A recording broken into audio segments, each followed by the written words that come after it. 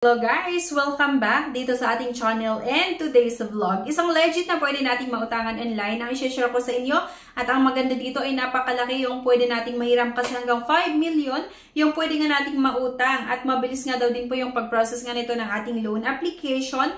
At pagdating sa interest rate naman and processing fees, hindi rin ganun kataas kung i-compare naman natin talaga dun sa iba't ibang mga loan shark or yung mga loan app na makikita natin sa Google Play Store at sa App Store.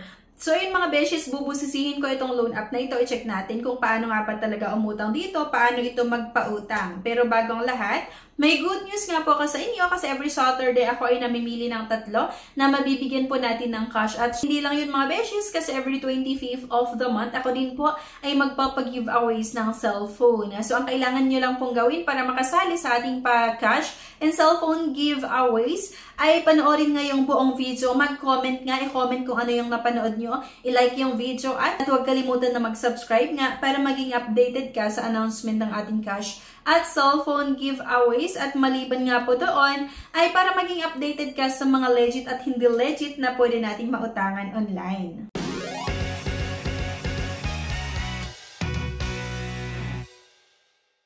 So let's get back to the topic mga beshies, at here nga ang pag-uusapan natin na itong Right Choice Finance or My Right Choice Finance na pwede nyong ma-download sa Google Play Store at sa App Store. So kagaya nung sabi ko kanina, napakalaki yung pwedeng mahiram dito at maraming klaseng loan yun na ino-offer. May personal loan, business loan, salary loan, at meron ding vehicle loan. Mamimingili nga lang kayo dito kung anong klaseng loan yung gusto nyong applyan. Pero sa akin nga, personal loan at reliable personal loan for working individual. Make the right choice. Pwede nga nating ma-download dito sa Google Play Store at sa App Store, kagaya nung sabi ko kanina. At eto na nga, napakalaki yung pwede nating mahiram. Yung personal loan dito sa Right Choice Finance, pwedeng makautang ng 20,000 hanggang 300,000. May loan terms na 3 months hanggang 18 months. At may interest rate na mababa lang din naman, as low as 2.5%.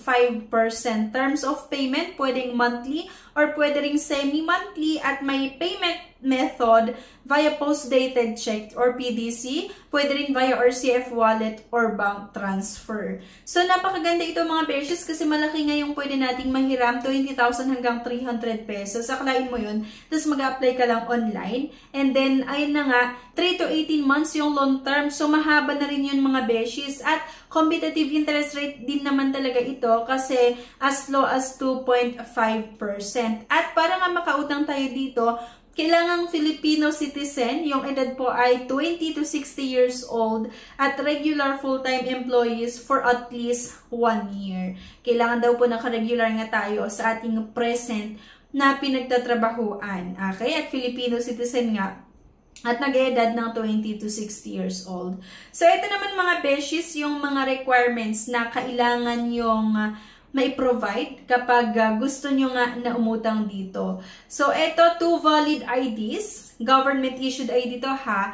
Yung COE, dapat din po meron tayo with position, or dun sa COE nakalagay yung position, tenure, and annual income. Yung 3 months pay slip.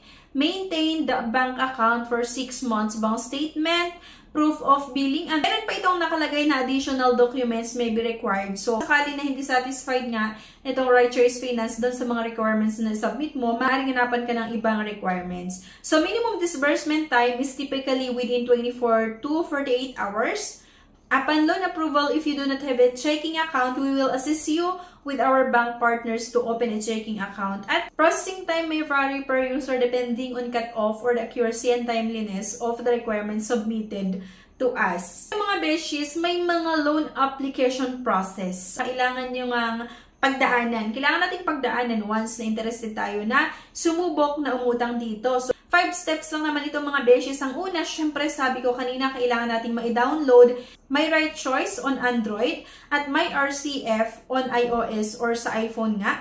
Number 2, create nga lang tayo ng account. Number 3, fill out all information and upload all your requirements on the app. Number 5 mga beshies, track your loan application status in our RCF app. At number 5, receive your money. So, ang maganda dito mga beshies nga ay di ba mag-apply nga tayo online. Ida-download nga lang natin itong app. At kapag sa Android nga tayo magda-download, search nga lang natin itong My Right Choice. At kapag sa iPhone naman, My RCF app. So, may nakalagay dito na applied for Android or iOS. So, Android nga itong mga beshies, nilagay natin. At kung makikita nyo, na-install ko nga itong My Right Choice. At under nga ito ng Right Choice Finance Corp. So, dito mga beshies, kung makikita nyo, Right Choice Finance at e-wallet. So, i-download nga lang natin itong My Right Choice Finance at user agreement. Kailangan nating mabasa ito. We will collect data from the following granted position. Allow Right Choice to take pictures and record a video to access your calendar. Ito, ilalagay ulit natin mga beshies yung ating email address or mobile number. Kung may account ka na dito, syempre maglalagin nga lang tayo. Pero kung wala, ay dito tayo sa create account. So, pwede gamitin natin yung Facebook or via Google. Lagyan nga lang natin yung ating password. So, allow My Right Choice to send and view SMS messages. Create your RCF wallet account. You can do more with an additional fund. RCF Wallet is equipped with a loan facility that offer you a quick and convenient access to personal loan, SME loan, and auto loan. While loan from us, fast approval nga talaga ito, secured at competitive interest rate. May nakalagay dito na apply now. So once na-click mo yan, ang kailangan lang naman natin gawin or ay sagutan yung mga personal information nga po, yung mga hinahanap ng Right Choice Finance. Syempre, mag-upload tayo ng isang valid government ID. So, for example, dito mga beshies, apply for a loan. Mamimili nga lang tayo ng amount from 10,000 to 300,000 pesos. Loan type. Okay, so for example, ang ilalagay ko dito ay 150,000 pesos or 150,291 pesos. Pwedeng personal or business. Repayment cycle, semi or monthly. So, monthly nga po yung nilagay ko dito. Duration, mamimili tayo kung ilang buwan. So, ilagay ko dito mga beshies, 24 months. Ayan, 24 months yung pipiliin ko na loan terms para di ba mas mahaba at hindi ganun kalaki yung monthly amortization ko. 150,000 pesos yung ilalagay natin dito na loan amount. So, kailangan lang natin sagutan itong loan date, loan purpose. Makikita mo dito mga beshies sa baba yung possible na magiging monthly amortization. So, for example, yung total amount ng utangin ko ay 150,739. Ang payment cycle ay monthly. Tapos, payments to be made ay 24 months. Loan type nga ay personal loan. Interest rate ay 5%. Installment amount ay 13,817.74 pesos. So, hindi naman po ganun kalaki yung interest kasi 5%. Kaya lang kasi kung compare natin itong Right Choice Finance sa mga bangko, pag sa bank kasi yung interest ay nagre-range lang yan ng 1% or 1.39%, 1.7%. Pero dito sa Right Choice Finance nga po, may nakalagay dito na interest rate na 5%.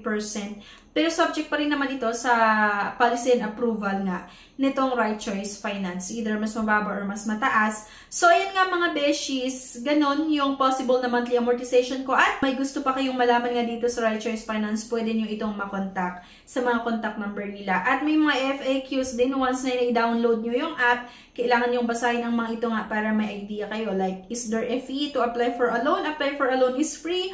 We only charge a processing fee from the principal of your approved loan amount disbursed to you. So, bali, yung processing fee, meron naman daw, pero i-deduct nila doon sa loan proceeds. Wala kayong babayaran talaga. Okay, so how much can I borrow?